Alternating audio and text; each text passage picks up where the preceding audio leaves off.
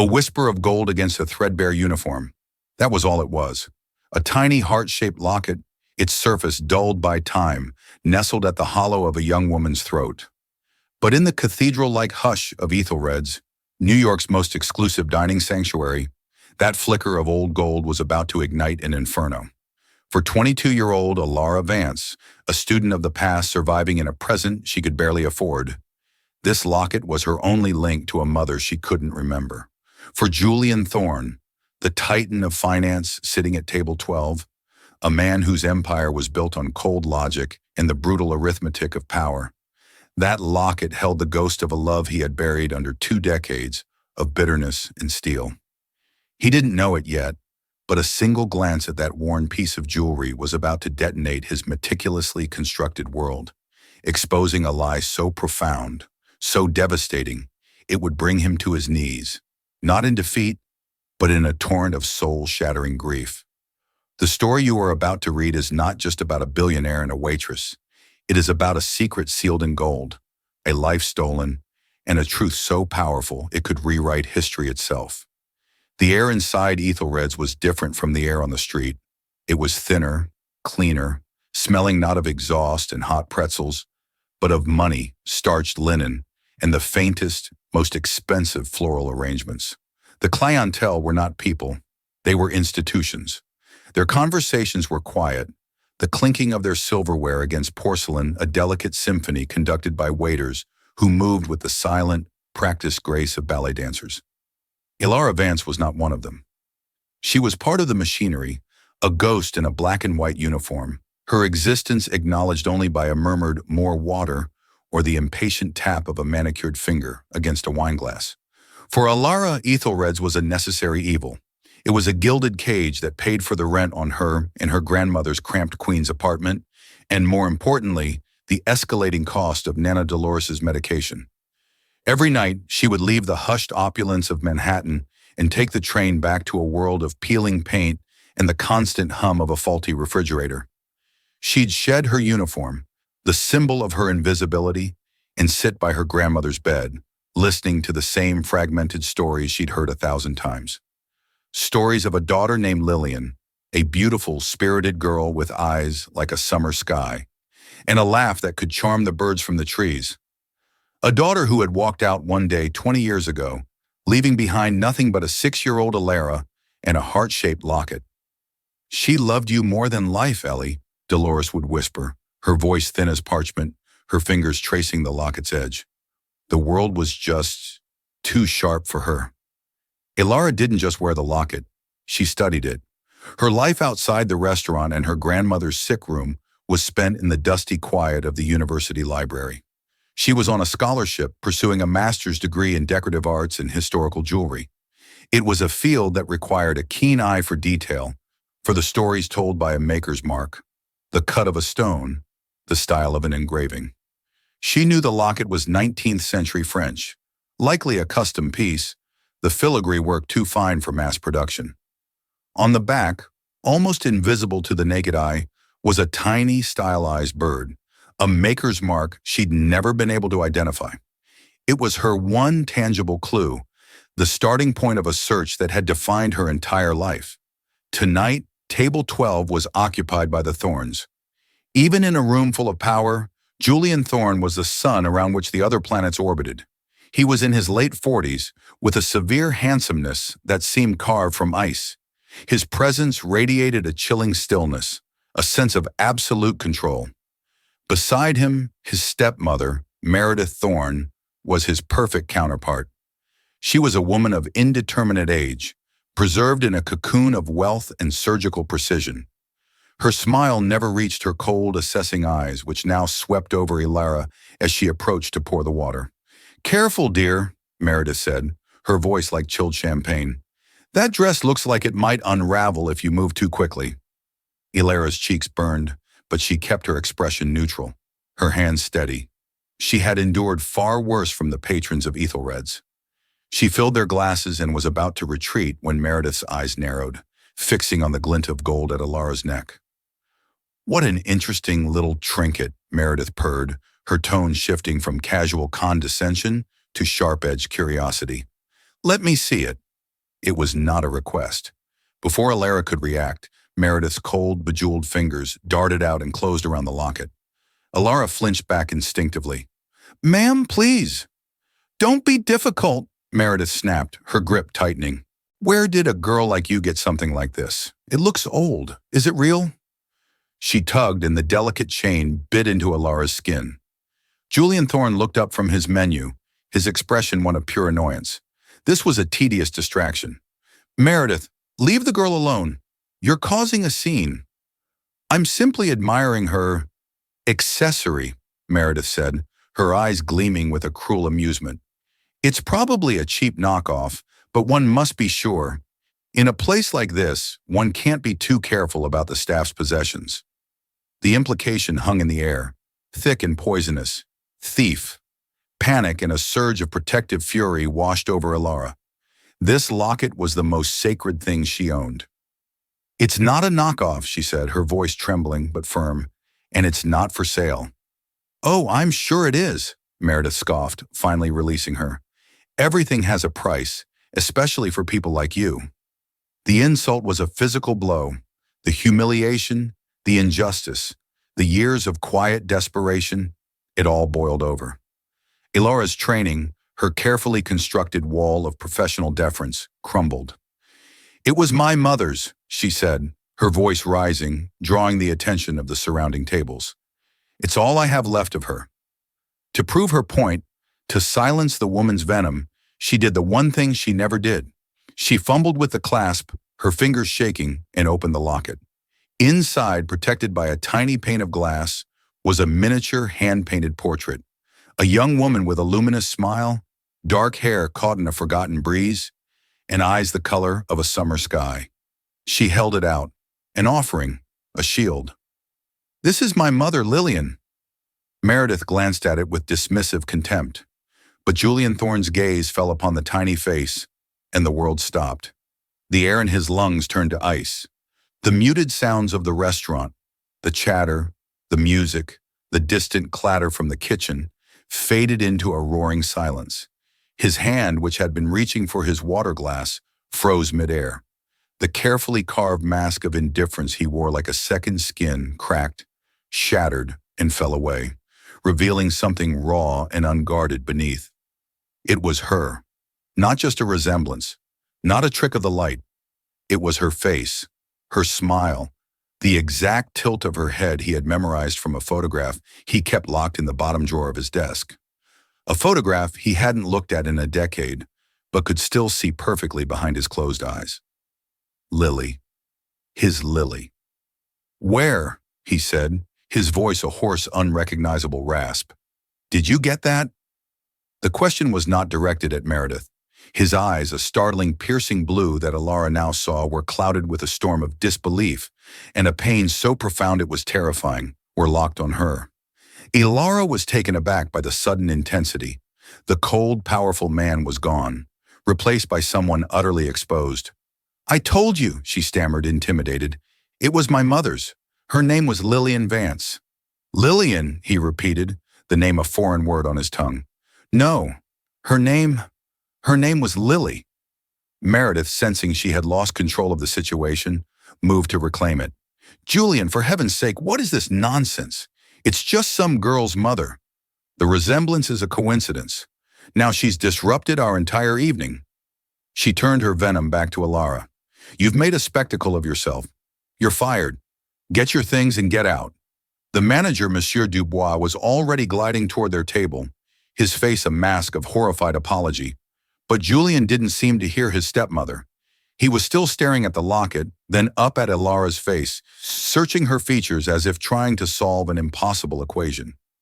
He saw the same high cheekbones, the same stubborn set of her jaw, the same eyes. They were Lily's eyes. "My office," he said, the word sharp, a command. He was speaking to Alara. "Tomorrow, 10 a.m. He pulled a sleek business card from his jacket and slid it across the table. "Thorne Industries, CEO." Then, as quickly as it had appeared, the vulnerability was gone. The mask slammed back into place. He rose from the table, throwing his napkin down. "We're leaving," he announced to Meredith, his voice once again as cold as the marble floors.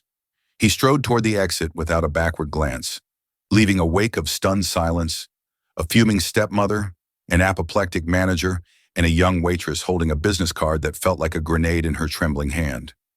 Alara was summarily dismissed, her final paycheck pressed into her hand with a lecture from Monsieur Dubois about maintaining professional decorum.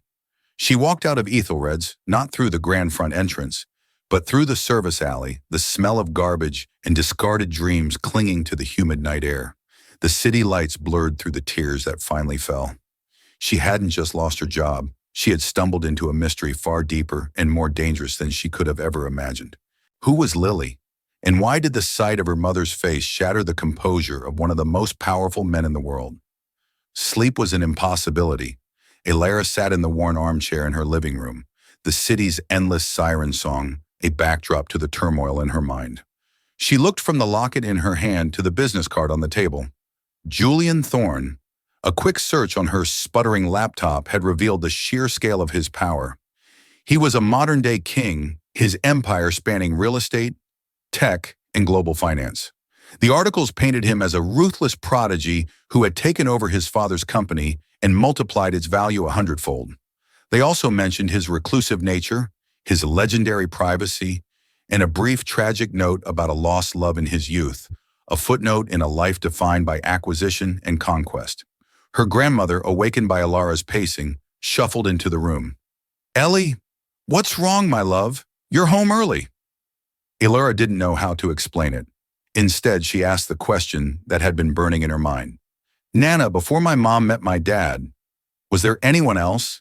Anyone important?" Dolores's brow furrowed, her memory a tangled, foggy landscape. "Your mother, she had a light in her. Men were always drawn to it, but she was careful with her heart. There was a boy, before everything. Back when she was in the city for that art program, she called him her prince. She was so happy, so full of life. And then it was over. She came home one day, heartbroken. She never spoke of him again. A few months later, she met your father. It all happened so fast." A prince, the word hung in the air. Julian Thorne was as close to American royalty as one could get. Could it be?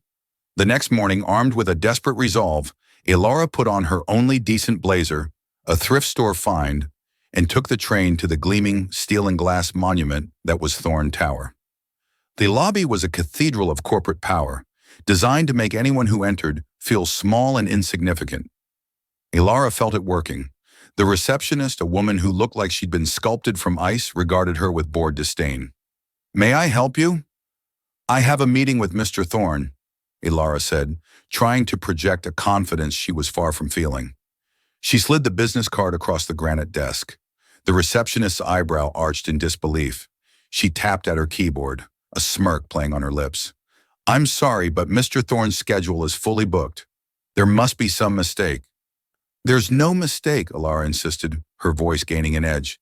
"He told me to come. Please just tell him Alara Vance is here." The receptionist's smirk widened. It was clear she thought Alara was a delusional fan or a gold digger.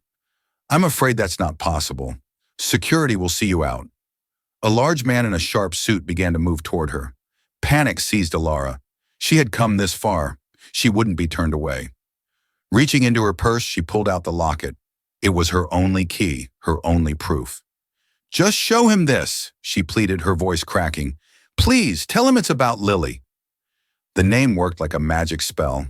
A flicker of recognition, or perhaps fear, crossed the receptionist's face. She spoke quietly into her headset. A moment later, a man in a perfectly tailored suit appeared. He was older, with graying temples and kind, intelligent eyes that held a hint of weary resignation. "Miss Vance, I'm Arthur Pembroke, Mr. Thorne's executive assistant. Please come with me." He led her not to the executive suite, but to a small, private waiting room. "Mr. Thorne will be with you shortly. May I get you some coffee?" "No, thank you," she whispered, her hands clasped tightly in her lap. Arthur hesitated at the door. "For what it's worth," he said, his voice low and kind, "I haven't heard him say that name in over 20 years. The door closed, leaving Alara alone with the pounding of her own heart. Minutes stretched into an eternity. Finally, the door opened again, and Julian Thorne entered. In the harsh light of day, he looked even more formidable.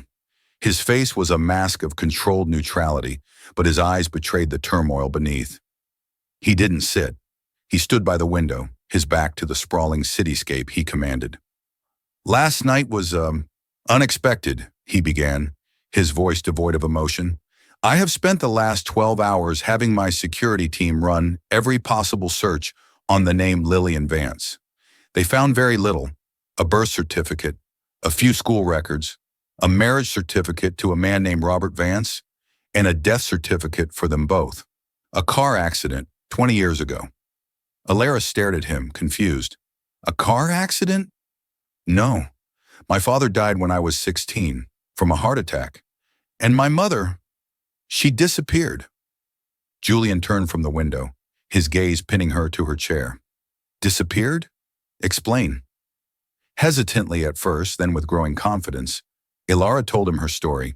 The story of a 6-year-old girl whose mother went to the store and never came back. The story of a father who drank himself into an early grave, always mourning a woman he claimed the world had been too much for. The story of a grandmother whose memories were fading like old photographs. As she spoke, she watched Julian's face. The mask didn't slip, but something in his posture changed, a rigidity she hadn't noticed before. When she finished, he was silent for a long time. "The woman I knew was named Lily," he said finally, his voice a low rumble. "Lillian Beaumont. She was an art student, the most vibrant, fiercely alive person I had ever met. We were everything to each other. We planned to run away together, to escape my father and the future he had planned for me." He walked over to a small locked cabinet and opened it with a key from his pocket. He pulled out a small, leather-bound box. Inside, on a bed of faded velvet, was a single photograph. He slid it across the table. It was the same woman from the Locket, younger, her face alight with laughter, her arm thrown around a young man with the same piercing blue eyes as the man standing before her, but with a smile that was open and carefree. "One day she was gone," Julian said, his voice hardening, the old pain sharpening into a blade of anger. "A letter was delivered to me, in her handwriting. It said she couldn't live in my world, that she'd met someone else, someone normal.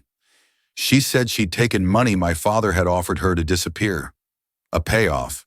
She broke my heart, and in doing so, she made me who I am today." Alara looked from the photograph to the locket. 2 names, 2 stories, 1 face. "My mother wouldn't do that," she said, a fierce conviction rising in her. "She wouldn't take a payoff, and she wouldn't have left me."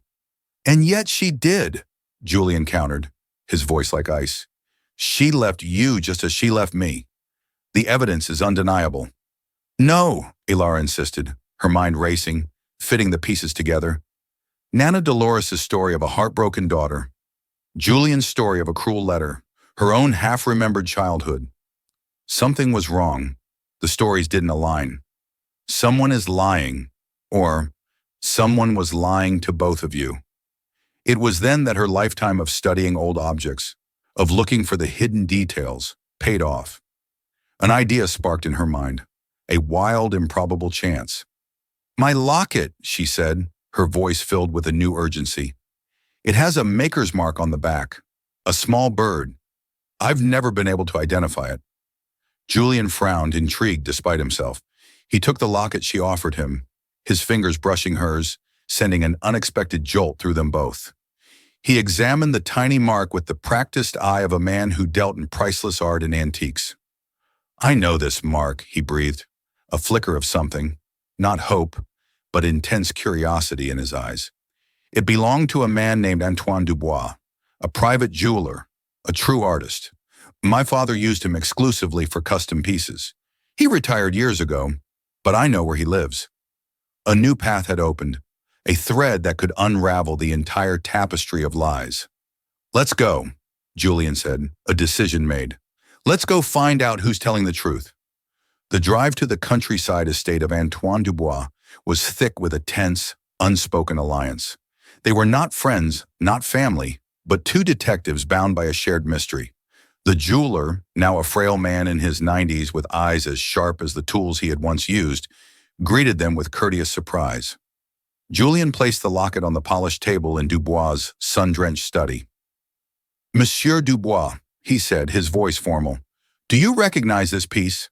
The old man picked it up, his gnarled fingers surprisingly gentle.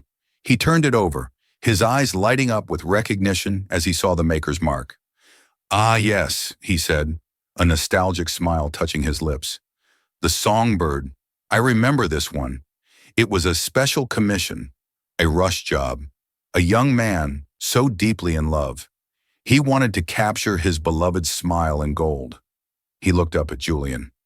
"It was your father, Alistair Thorne, who commissioned this piece, over 20 years ago." The words hit Julian like a physical blow. "My father? That's impossible. I was the one who was in love. He hated her." "Oh, your father was a complex man," Dubois said, his smile fading. "He commissioned this, but he also came back a week later, his face like a thundercloud.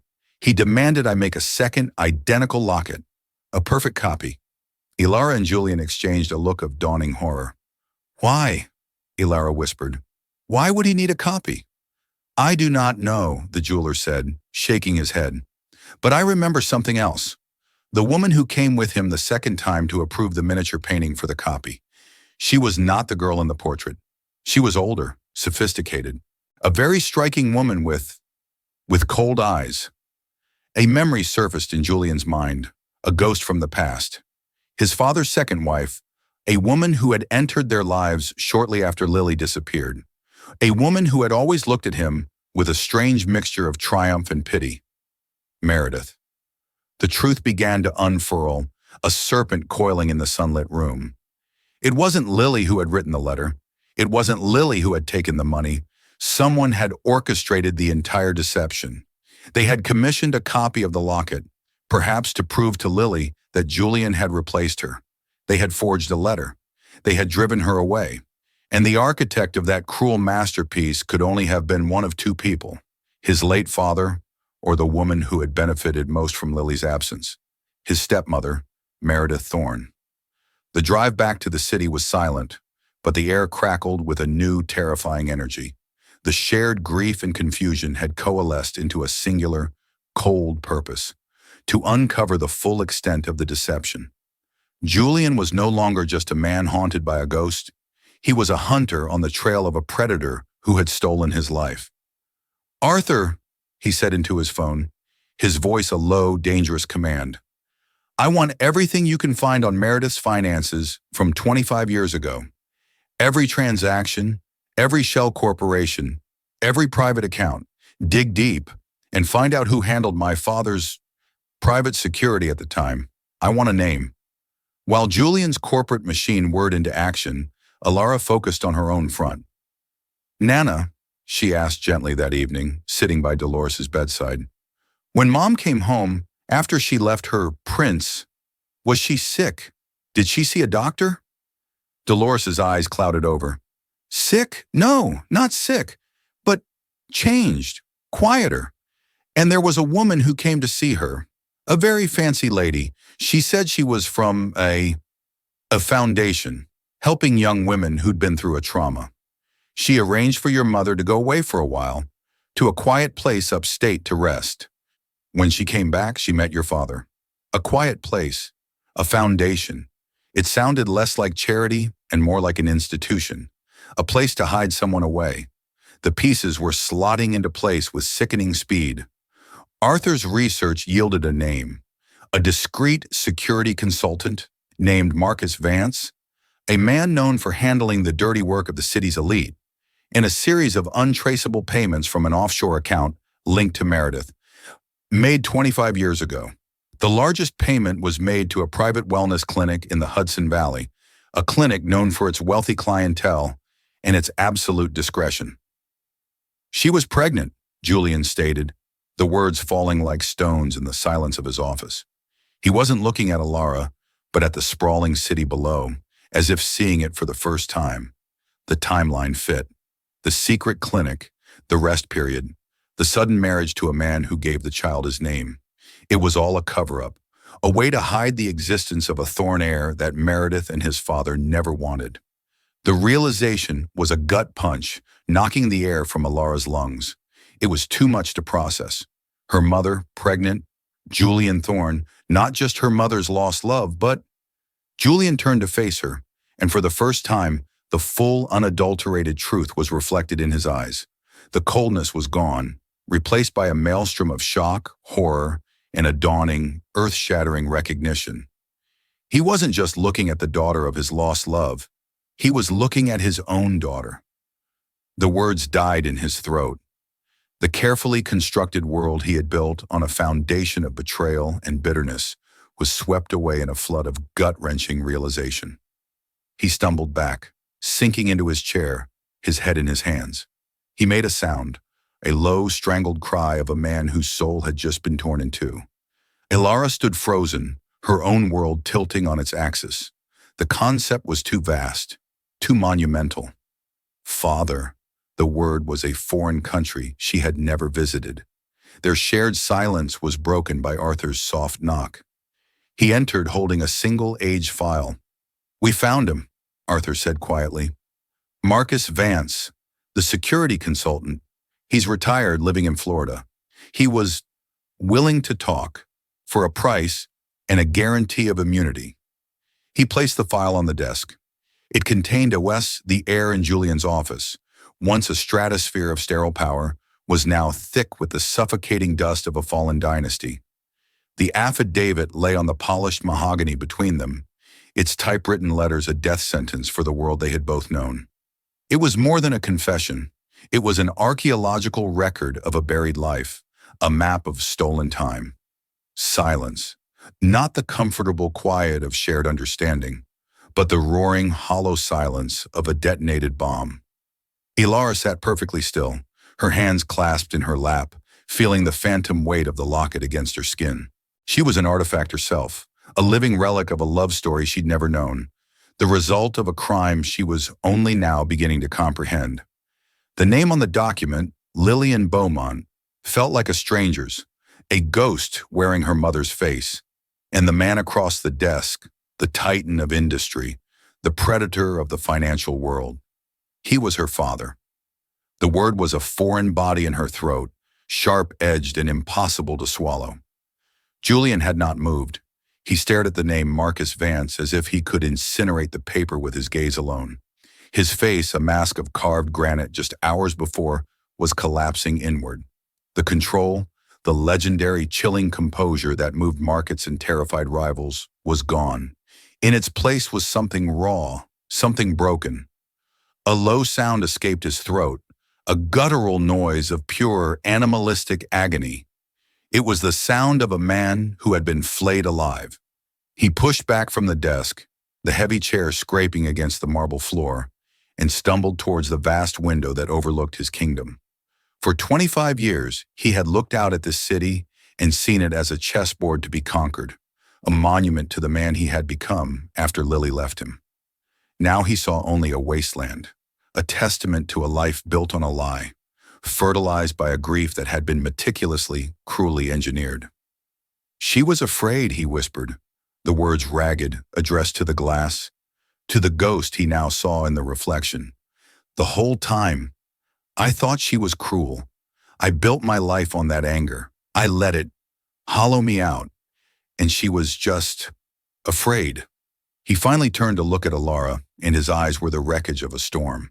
The piercing blue was flooded with a terrifying cocktail of emotions, the soul-deep agony of losing Lily all over again, the white-hot fury at Meredith's betrayal, and a dawning, desperate awe as he truly looked at her.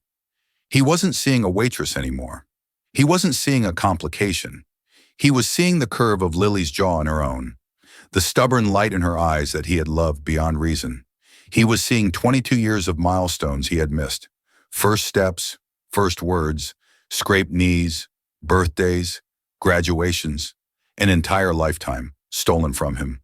"I'm sorry," he choked out, the two words costing him more than any billion-dollar deal. "Alara, I am so sorry." He took a step toward her, his hand half raised, an instinctual, paternal gesture from a man who had no idea how to be a father. Alara flinched, a small, involuntary recoil. She didn't mean to, but the motion was instinct. He was a stranger, a powerful, grieving, terrifying stranger who had just upended the universe. The flinch stopped him cold. The chasm between them was not just the width of his office, it was the breadth of a lifetime. He let his hand fall, the brief hope in his eyes dying out, replaced by the familiar armor of pain. The quiet, respectful knock on the door was Arthur Pembroke. He entered, his expression one of profound, weary sorrow. He had been with Julian for 30 years. He had seen the aftermath of Lily's disappearance. He was seeing the aftershock now. "Sir," Arthur said, his voice a low anchor in the swirling chaos. "The arrangements for the gala are confirmed. Your instructions?" Julian's grief, raw and directionless a moment before, began to crystallize. It cooled, hardened, and sharpened into a diamond point of pure, cold purpose. The inferno in his chest was being forged into a weapon. He straightened his shoulders, the broken man receding, replaced by the titan Alara had first seen. But this was different. The old coldness had been a shield against pain. This new coldness was an instrument of retribution. "The gala proceeds as planned, Arthur," he said, his voice dangerously level. "Ensure Meredith's table is precisely where she likes it. Front, center, a throne for her to preside over her court. I want every major news outlet in the city there.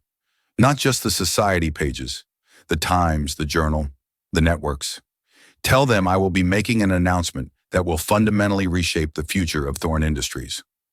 He turned his gaze back to Alara, and it was no longer pleading or lost. It was a promise. It was a declaration of war. "She spent a lifetime bearing your mother," he said, the words cutting through the air like shards of ice. "Tonight, we provide the eulogy for the world she built on those bones." Walking into the grand ballroom of the Metropolitan Museum was like stepping inside a geode. Light fractured off a million surfaces, diamonds on wrinkled necks, sequins on couture gowns, the crystal facets of champagne flutes. It was a self-contained universe of immense power and dazzling beauty, and at its gravitational center was Meredith Thorne.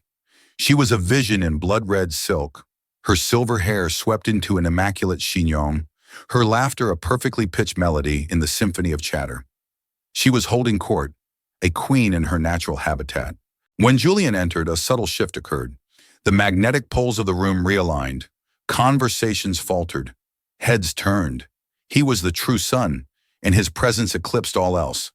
But the real shockwave came from the woman at his side, Alara.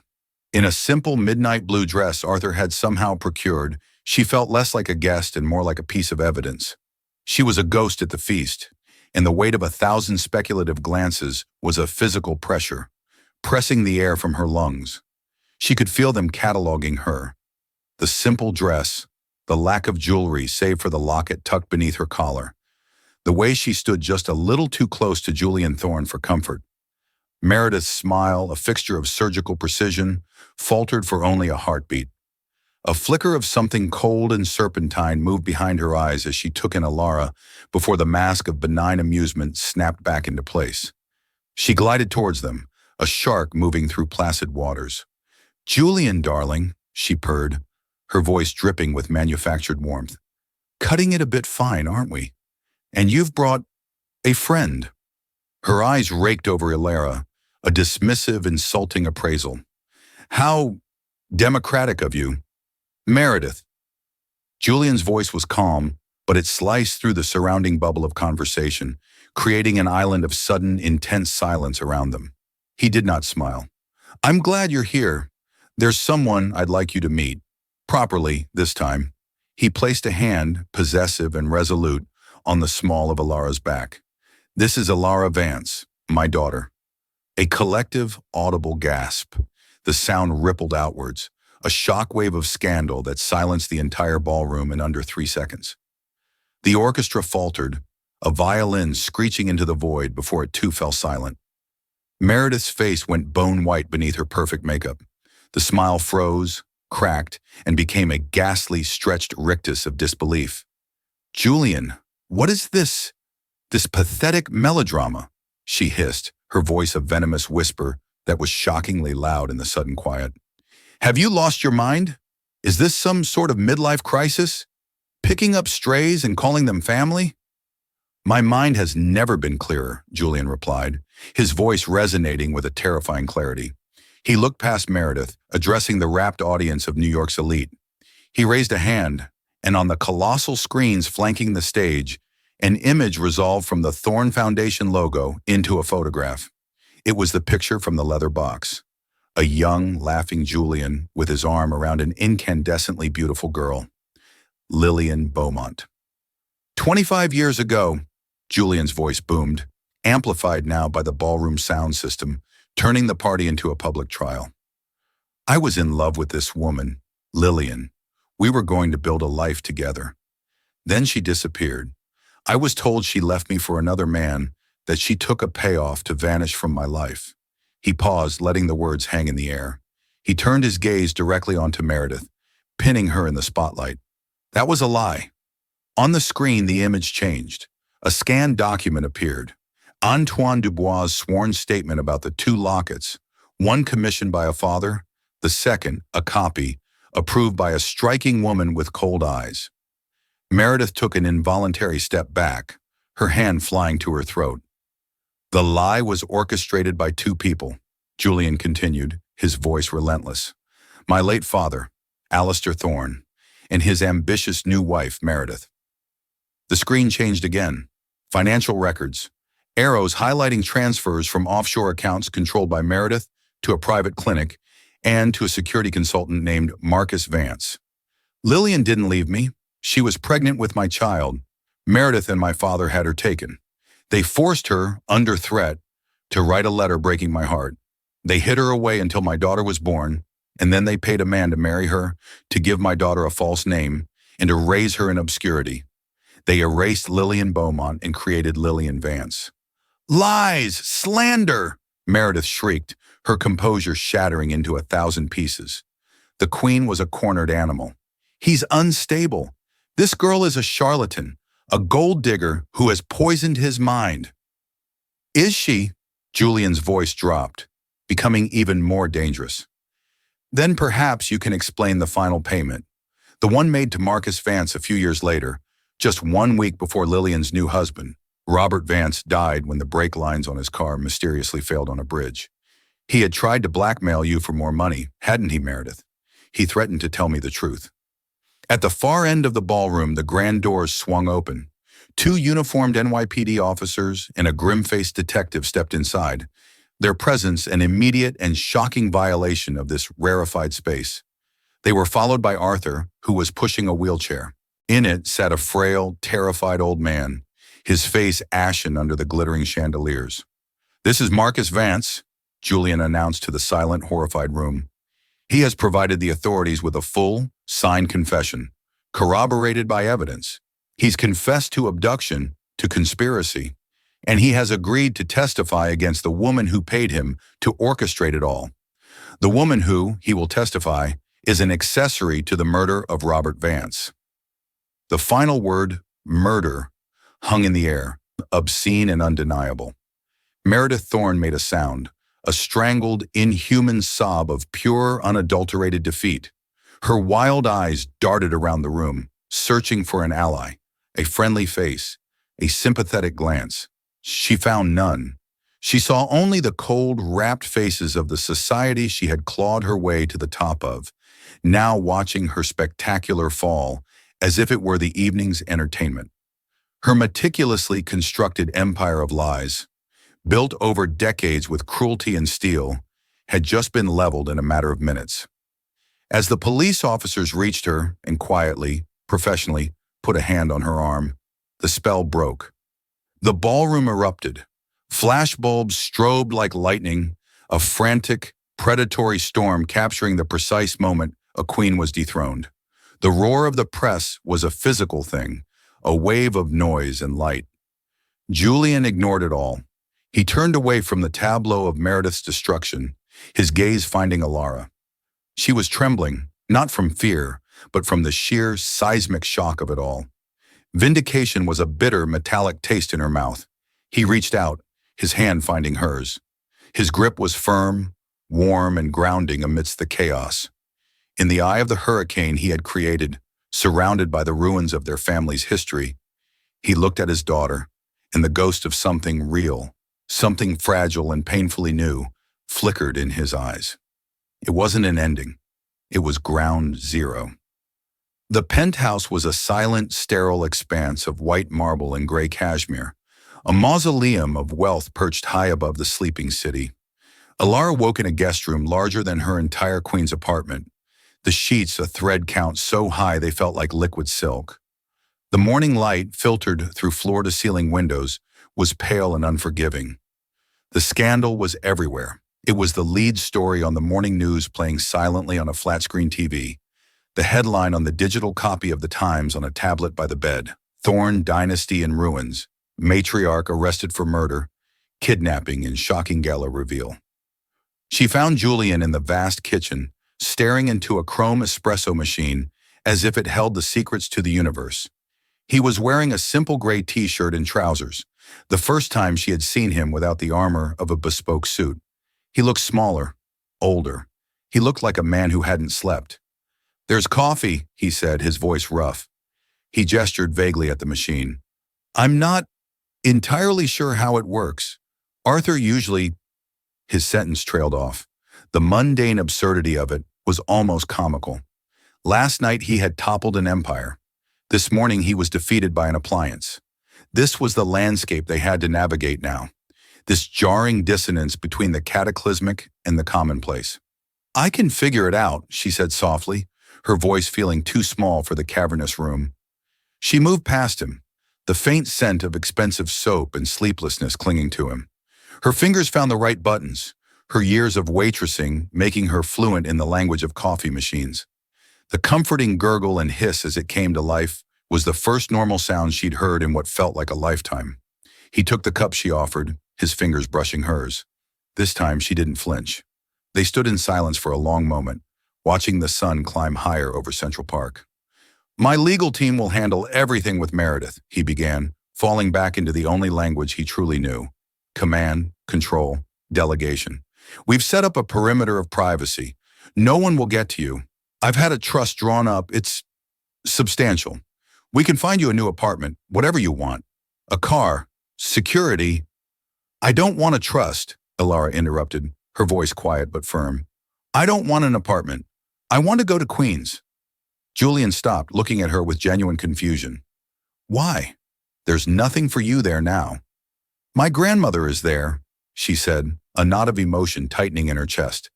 "Her things are there. My things. My whole life. What's left of it is in that cramped little apartment. I can't just delete it." He processed this, his brow furrowed. It was a variable he hadn't accounted for in his strategic planning. For the first time, he seemed to grasp that she wasn't a problem to be solved or an asset to be managed. She was a person, with a life, a history that existed entirely independent of him. "All right," he said, the word coming out slowly, a concession. "I'll take you." The journey from his Park Avenue tower to her walk-up in Queens was a journey between planets.